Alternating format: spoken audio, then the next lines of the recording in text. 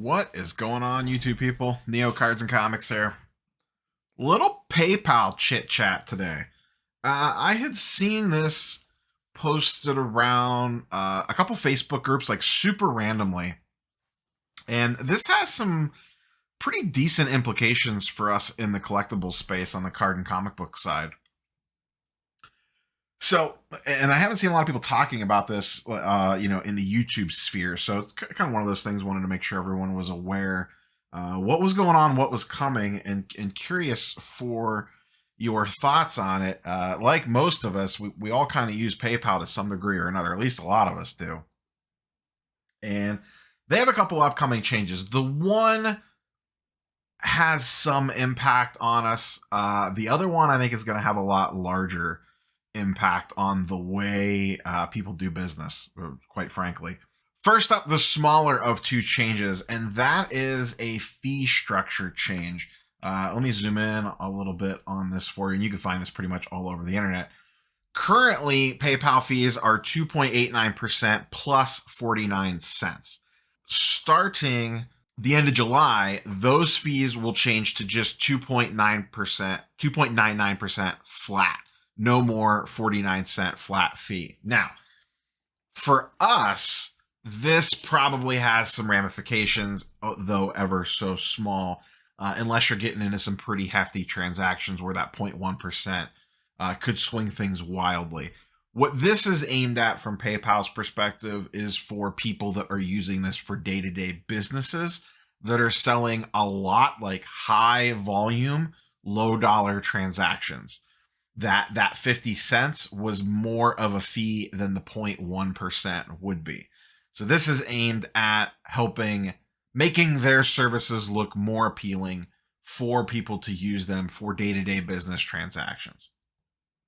So that will affect us slightly for higher dollar items, and they give some examples on there on when it starts to kick in.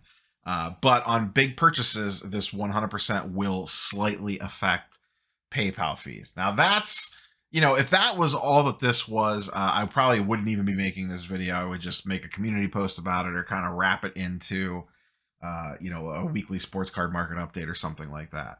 This is the one that I think is going to shake things up a little bit. So the bigger change that is really going to ruffle people's feathers is this third bullet point. PayPal will now restrict U.S. customers sending peer-to-peer payments only to consumer accounts, not to merchant accounts for goods and services. What does that actually mean? You can have two types of PayPal accounts. You can have a personal account. You can have a business account. Once July 28th ticks around, you will no longer be able to send friends and family payments to people that have business accounts. Now, I don't know. I really don't know how big of a deal this is going to be, because I don't know how many dealers, both on the card and comic book side, online sellers, like a lot of the big IG sellers, some of them take fee-free payments, so they want PayPal friends and family, like the super huge trusted sellers. I'm talking people that have 10, 20, 30, 40,000 IG followers that are doing massive consignments. A lot of them want PayPal friends and family, and 9 times out of 10, if not more, you're going to trust them because they have built up such a reputation that you feel fine using it for that. I think things like this could affect them. I think this could potentially affect in-person PayPal transactions from buyer to dealer, because I have a feeling, my gut feeling is a lot of dealers have PayPal for business accounts. I could be wrong. Now, what they said you could do is create a second personal PayPal account to kind of work around this. Like, that's PayPal's basically saying, if you need to send friends and family, we recommend that you create a personal account to go along with your business account. Okay?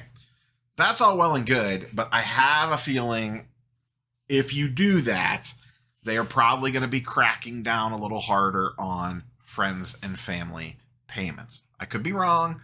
I don't really know. But this feels like a pretty significant change. I think this could potentially have ripple effects for a lot of people out there.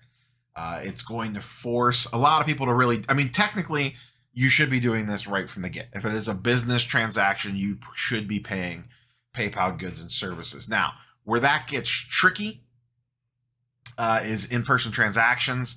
Like if you're at a show or something like that, and you're doing a direct PayPal transfer and you're using goods and services, there's weirdness there with not having tracking the upload. There's things you need to do to get around that, so that you can mark the item as actually received, so someone doesn't credit back on you saying, hey, I never got the product. Well, it was an in-person transaction.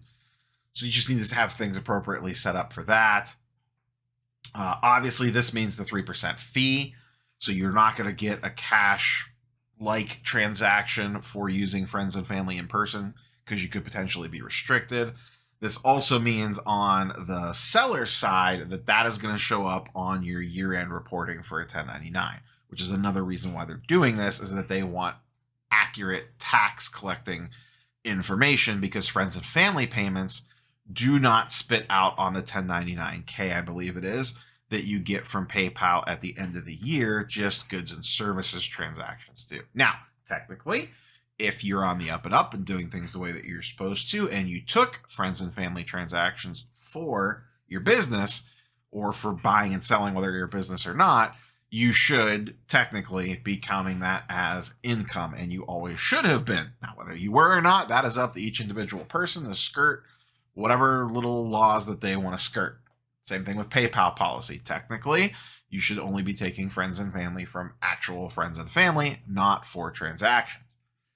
Probably everybody and their sister has abused that little wrinkle quite a bit. What does this mean? Personally, I will be relying. I know I walked into HeroCon this past weekend with about $2,000 in cash. I don't like to carry a ton of cash on me at shows.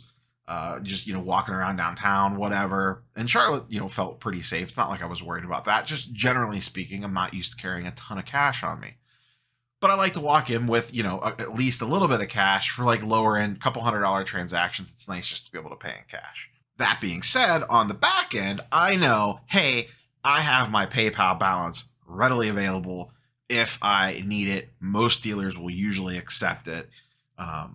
So I have that sitting there. If I need to make a move on something, I can access the money that way fairly easily. Now, a lot of dealers at least the comic book convention, this is one of the things that we'll kind of talk about that I noticed. A lot of them took credit cards, which you don't typically see at card shows. At least not most of them will take credit cards, especially local shows. However, if you use a credit card, now you're going to have to pay sales tax. And on bigger purchases, that can add up. I know when I purchased my X-Men 4 from the dealer, that was $2.2K. I paid friends and family PayPal to him. He was fine with that. I said, hey, I could do $2.2K, but it has to be friends and family PayPal for me to do that deal, because I didn't want to do $2.2K on the card, because then I was going to get hit with sales tax. Is what it is.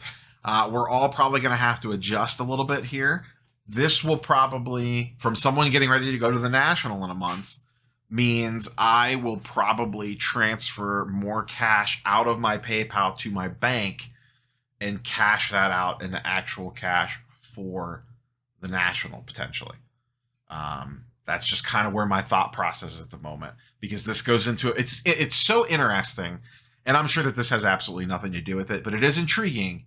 This goes into effect July 28th, which is, I believe, the first or second day of the National. If my memory is correct, that is first official day one at the National.